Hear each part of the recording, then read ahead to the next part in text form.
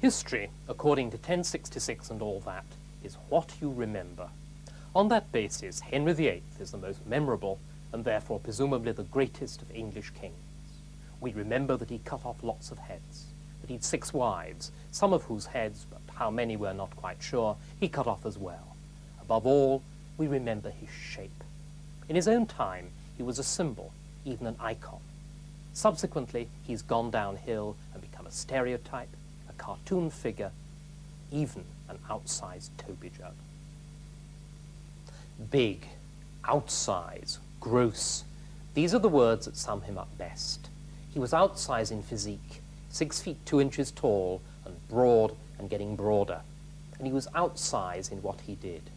When he founded a Cambridge college, he determined that it should have a quadrangle larger than any other. He was the greatest, or at least the most extravagant builder in English history. He began his reign with 12 palaces, and he finished it with 55.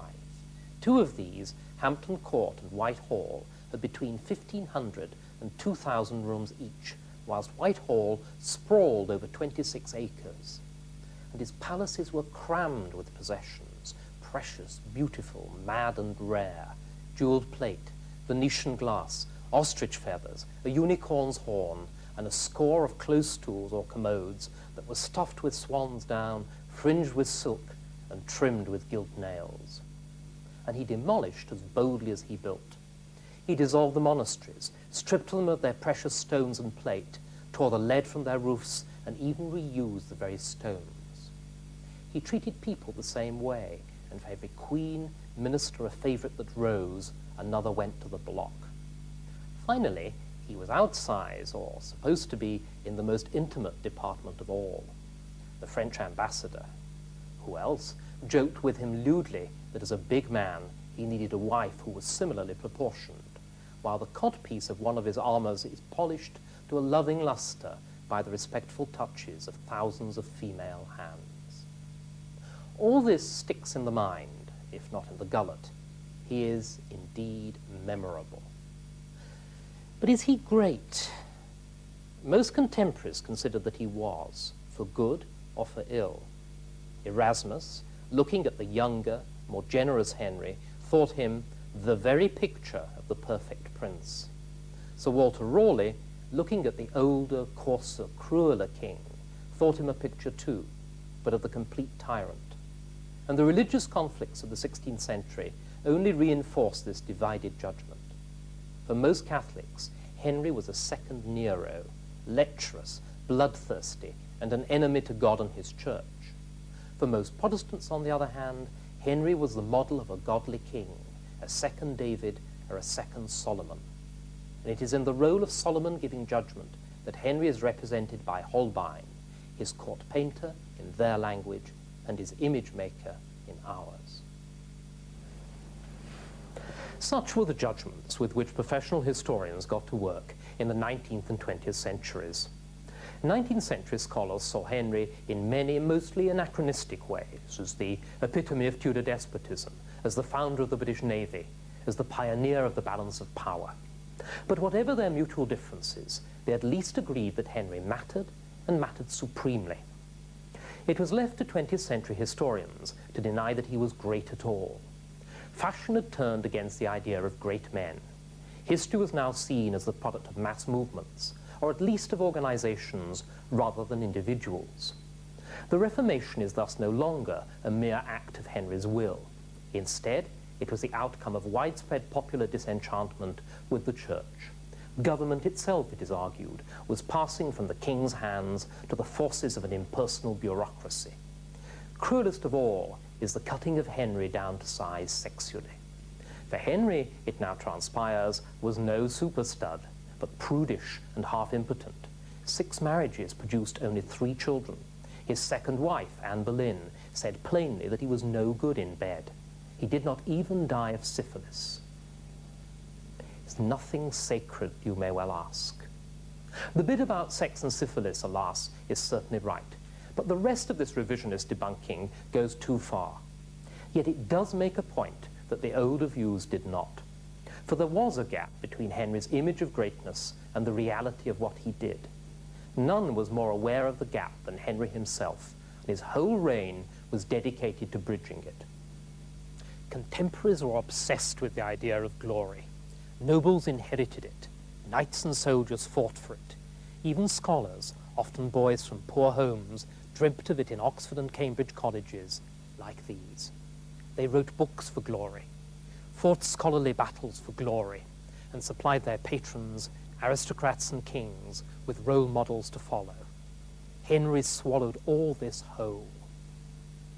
Our king does not desire gold, gems, or precious metals, wrote one of Henry's courtiers at the beginning of the reign, but virtue, glory, immortality. The early idealism this suggests quickly vanished, but the lust for glory itself endured. This appetite, which is much less common in kings than we might suppose, stemmed from two things.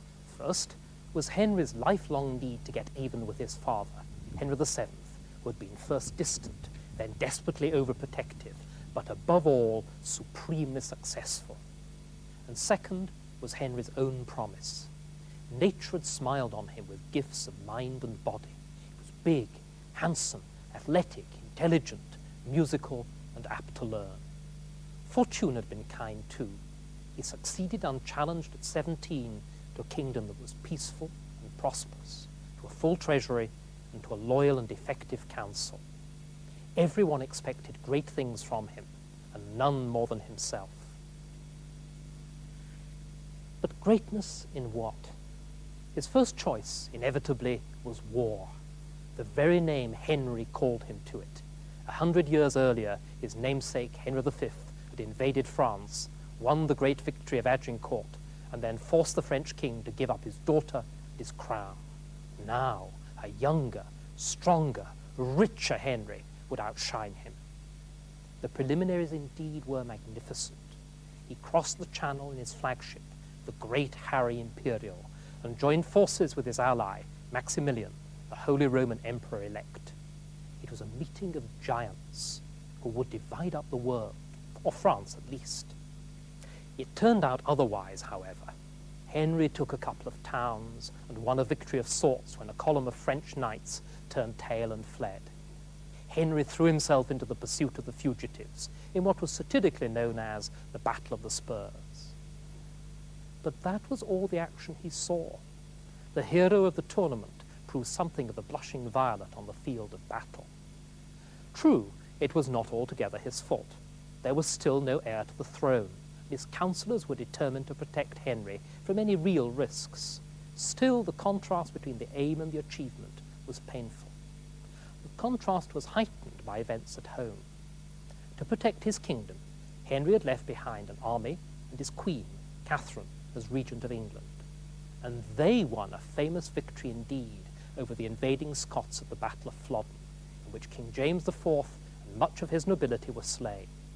Catherine, elated by victory, rubbed salt in the wound. Henry had sent her a French duke, captured at the Battle of the Spurs. Now, in return, she sent him the blood-stained coat of the Scottish king.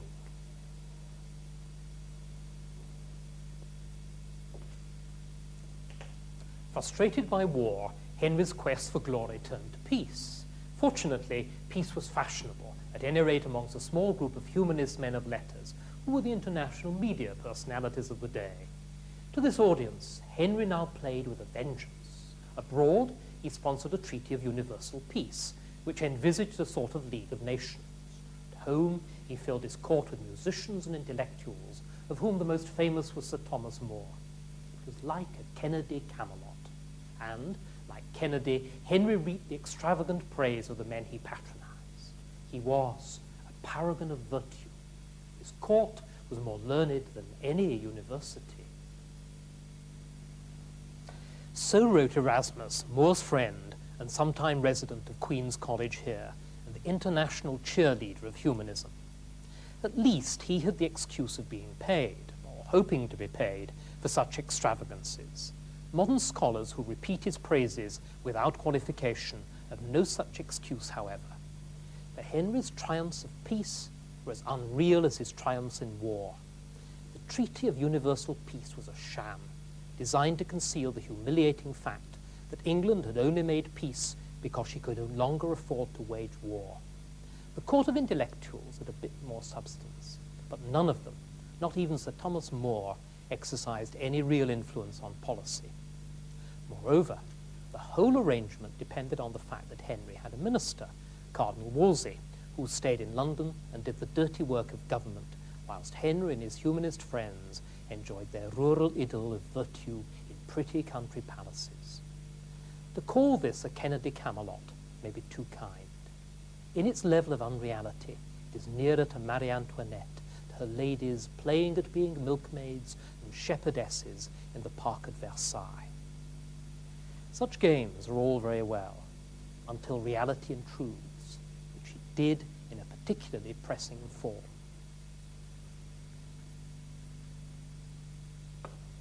The first duty of a king is to have sons and heirs to protect the succession. Henry had got married quickly enough, but his marriage to Catherine of Aragon had produced only a daughter, but no son. Catherine's age made it increasingly unlikely that she would be able to bear children. At the same time, Henry fell violently, passionately in love. The woman was called Anne Boleyn. It was not the first time Henry had fallen in love, of course. This time, it was different. Anne refused to be Henry's mistress. She would only be his wife. Henry's desire for Anne, combined with his desire for a son, to produce an ever-hardening determination to divorce Catherine and to marry Anne. To divorce means to put asunder. This screen in King's College Chapel, Cambridge, divides the great building into two. It thus stands as a kind of symbol of the events of the following years. More particularly, it is a symbol of the king's new love for Anne Boleyn, as we can see if we look more closely.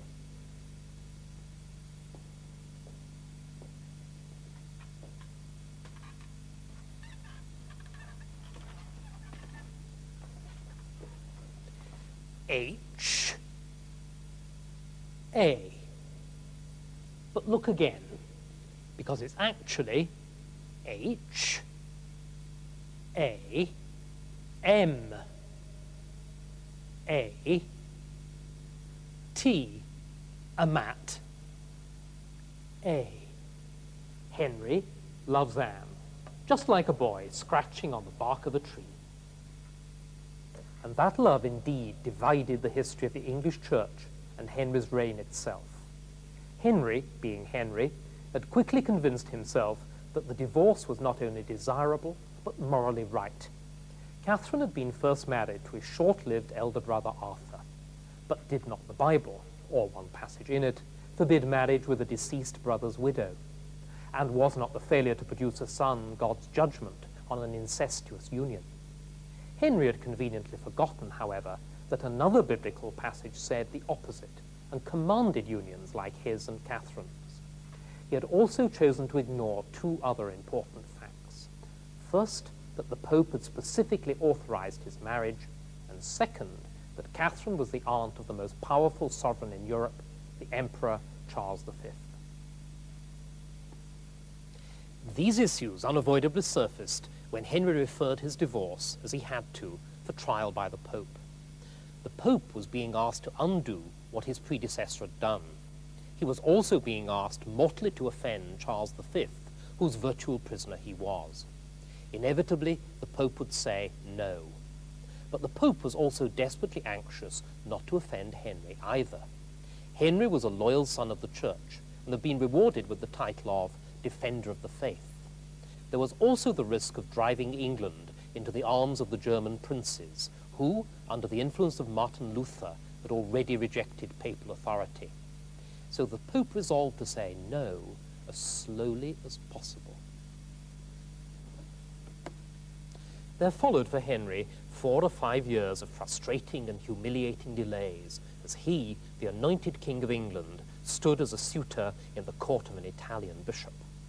Yet from this humiliation, Henry snatched triumph, and, in his own eyes at least, the true glory that had eluded him so long. Rome, he finally acknowledged, would never grant him his divorce, so he resolved to grant it himself. But to do that, he had to repudiate the Pope and make himself supreme head of the English Church, which he did step by step between 1532 and 1535. The royal supremacy was thus a means to the end of the divorce, but it quickly took on a life of its own. Just as Henry had convinced himself that the divorce was right, so he convinced himself that the supremacy was properly his, theologically and historically. The cause of it all, Anne Boleyn, soon fell and was executed, a victim equally of her failure to produce a son and a court conspiracy. But the supremacy survived, and when Henry's next wife, Jane Seymour, gave birth to the long-awaited son on St. Edward's Day, 1537, Henry had reached his apogee. The happy moment was celebrated in Holbein's great mural of the Tudor dynasty. In the foreground stands Henry VIII himself and Jane Seymour, whilst behind appear Henry VII and his queen, Elizabeth of York. In the centre is an altar-like object, inscribed with Latin verses.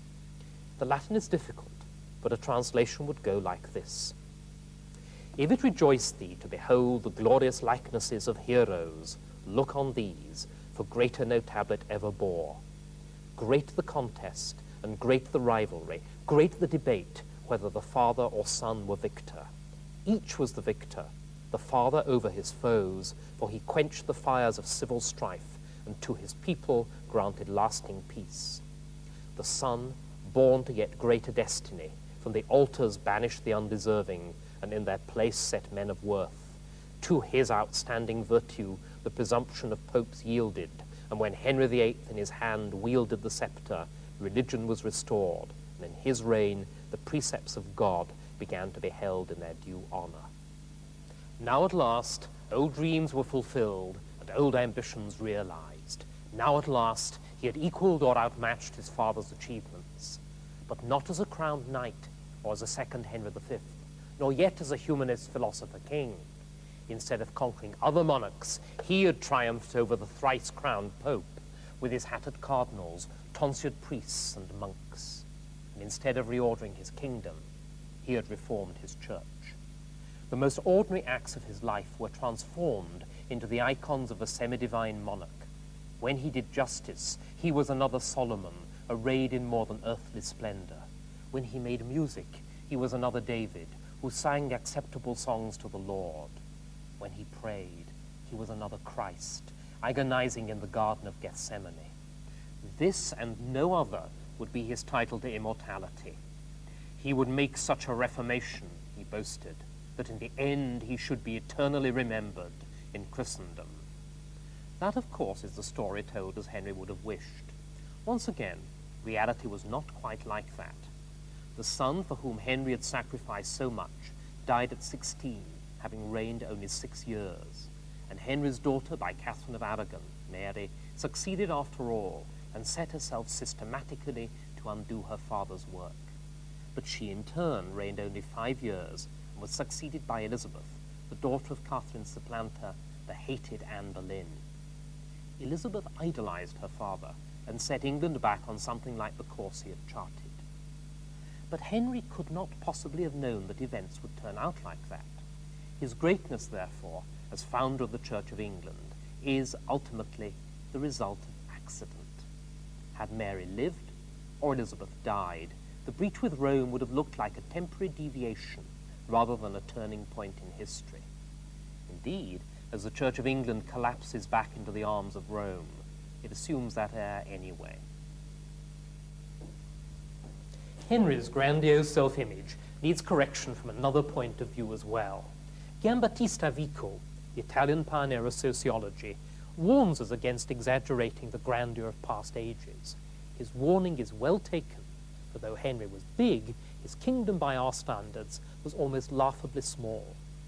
England's population was only 2¾ millions, now it's 55, and public institutions, the machinery of government in particular, were if anything proportionately even smaller. A distinguished college like Queen's College, Cambridge, had only a handful of fellows and students, whilst the largest department of state, the Exchequer, had a staff of little more than 100, of whom less than 2/3 did anything. That, at any rate, remains constant. And there were no professional bureaucrats in the localities at all. Everything, in short, was very small and very personal.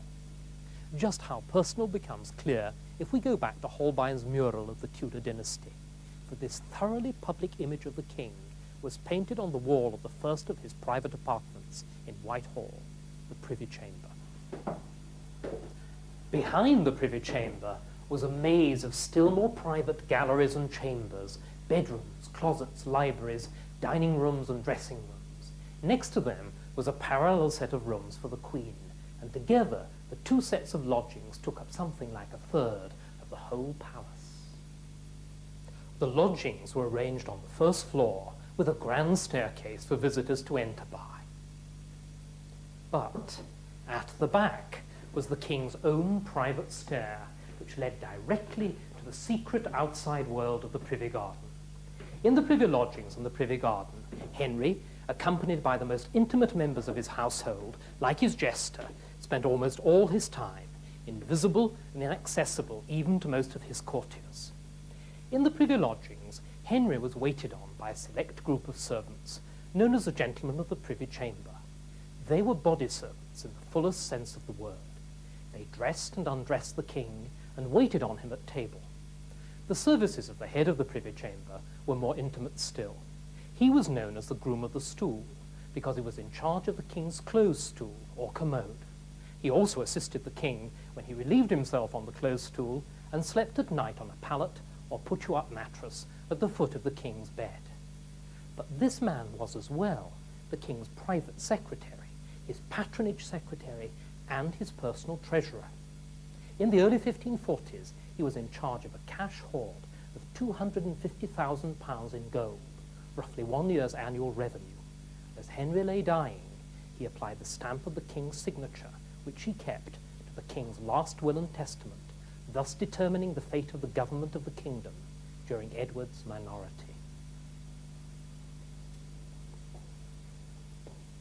This public power of private servants is one face of personal monarchy. The other is the private dimension of public power. The king's formal advisers made up the council. At the beginning of the reign, the council was fairly separate from the court. It met in Westminster, whilst Henry spent most of his time in palaces away from the capital. He had to, for the Great Fire of 1512, which destroyed the private quarters of the Palace of Westminster, had deprived him of any suitable lodging in or about London. But the fall of Henry's first great minister, Cardinal Wolsey, changed that. Wolsey's palace of Whitehall, along with the rest of his possessions, was seized by the king and massively rebuilt, and there Henry henceforth spent most of the time, from October to May, when, then as now, most government business was transacted. Henry, in short, had come to his council, but the council also steadily moved nearer the king. In 1529, the council chamber at Hampton Court was part of the outer royal lodgings. By 1540, however, it had moved to the end of the Queen's Privy Gallery. At Whitehall, the council chamber was nearer still. It was on the north side of the Privy Gallery, directly opposite the King's bedchamber on the south side. Only the 40-foot width of the gallery, therefore, separated the seat of formal government from the world of the bedchamber, with his enemas, underwear, and shaving bowls, presided over by the groom of the stool. Indeed, the two worlds were scarcely distinct at all.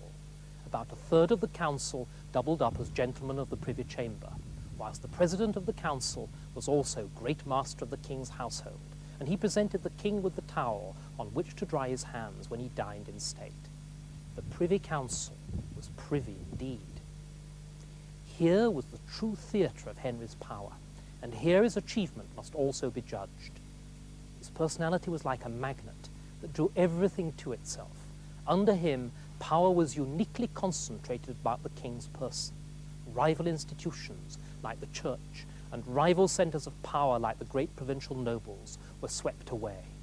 There was a price, of course. By mingling so totally the public and the private aspects of monarchy, Henry dangerously exposed himself to influence and manipulation by individuals and factions. Quite often he fell victim, but it is important to be clear about what that means. The factions were fighting each other, not the king. They fought to serve him best, and incidentally to serve their own interests as well. No man, it is said, is a hero to his valet.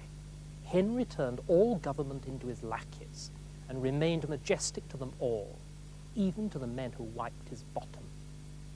There's a sort of greatness in that. But what of real greatness? History has denied the actual title to Henry. Unlike Alfred the Great, Peter the Great, or Frederick the Great, he is Henry VIII, not Henry the Great. This is hardly surprising. The title, the Great, is almost always reserved for the founders of states. Henry, as his 7 predecessors of the same name alone suggest, came too late in English history for that. But if he did not make England, he remade it. And he did so through the court. Henry's capital was not London. It was his court and palace of Whitehall. Think of it in terms of a newspaper. Nowadays, the court circular of the Times is a bare column filled with trivia. Under Henry, if there had been a Times, the court circular would have been the whole paper. For the court was everything, and the place where everything happened. The art, the culture, the politics, the sex, the scandal, the gossip. This sort of court could only be created by a great king, and it needed a great king to sustain it. None of Henry's successors was fully adequate for the role, and his monarchy hung as loosely on them as his broad garments would have done. Nearest to fulfilling the part was his daughter Elizabeth, yet even she gave away palaces she could no longer afford to maintain, and complained, quite rightly, that her counsellors would not have dared to speak to her father as they did to her. The rest cut a pretty poor figure. Henry's little son Edward is portrayed in a pathetic imitation of his father's swaggering, masculine pose. His daughter Mary fought as vainly against her father's ghost as she had done against his person, and the crucial first steps back to Rome were taken through the power of the royal supremacy, which she hated. Even a century later, Charles I still inhabited Henry VIII's Whitehall and used his fire tongs. And here we come full circle, for the court was created not through policy, but through personality. It was not through Henry's inadequate waging of war or peace, or even through the attack on the church, though that did supply much needed money. Instead, it was through his personality, his huge physique, his even huger ego. Everywhere, on everything he built and owned, even on the dress of the servants, he put his mark. The royal coat of arms, the royal badges of the rose and the portcullis, and above all, the crown imperial. The popular judgment of Henry grasps this. What makes him memorable now made him great then. Well, almost.